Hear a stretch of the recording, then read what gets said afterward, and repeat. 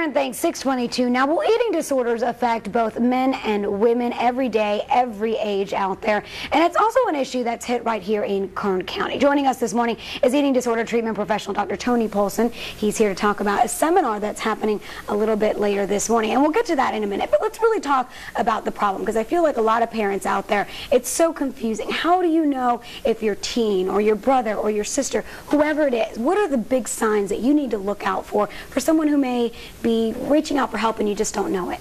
Sure. Well, there's three major types of eating disorders. There's binge eating disorder, bulimia, and anorexia. In binge eating disorder, people will binge eat excessively.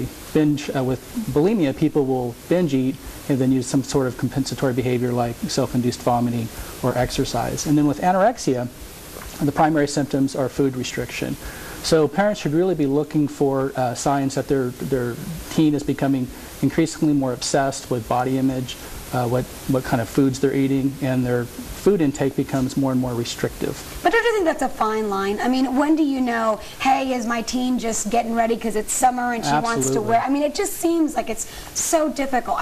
Where is that line of obsession and needing medical treatment and help to just being a teen that maybe is insecure and, you know, you got a lot of stuff changing at the time? You'll start noticing that there's not much flexibility with people that have eating disorders. It's not necessarily a choice they're making. When people have eating disorders, it's more of a compulsive behavior that they have to engage in. So parents will notice more and more restrictive behavior and more focused on behaviors that meant to manipulate or change their body image. So what do you do? So you've narrowed it down. We know now this person, again, we're talking about teens, but be it, you know, sister, brother, friend, loved one.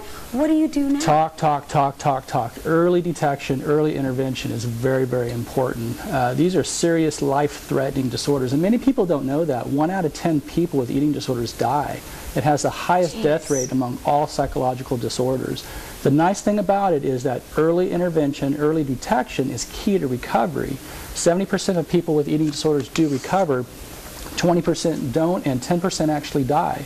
So the more that you can talk to your teen early on, research treatment, present treatment, and then insist that they get the proper treatment, that's the key elements. So doctor, you have a book that you've written all of this in, Why She Feels Fat, a very appropriate title. You're going to be talking about that plus much more this morning at 8 o'clock at the Doubletree, correct? Yeah, we're down here in Bakersfield doing what we call our regional seminars, and these are seminars for professionals who either treat people with eating disorders or through their professional practice come across people with eating disorders. But it's also appropriate for people who just want general information about eating disorders. Okay, again, that's happening this morning at 8 a.m. It is free of charge, and as he said, this is a lot of talk for people that work with this every day. But if you have questions, if you just want to know maybe what to look out for, or maybe you're in doubt of yourself or someone you love, come in, talk to them. They're going to be great people to kind of get feedback. They're going to be at the Doubletree, free of charge, over there at 8 a.m. this morning. Dr. Tony Paulson, thank you so much for being with us. Thank you for having me. Appreciate it.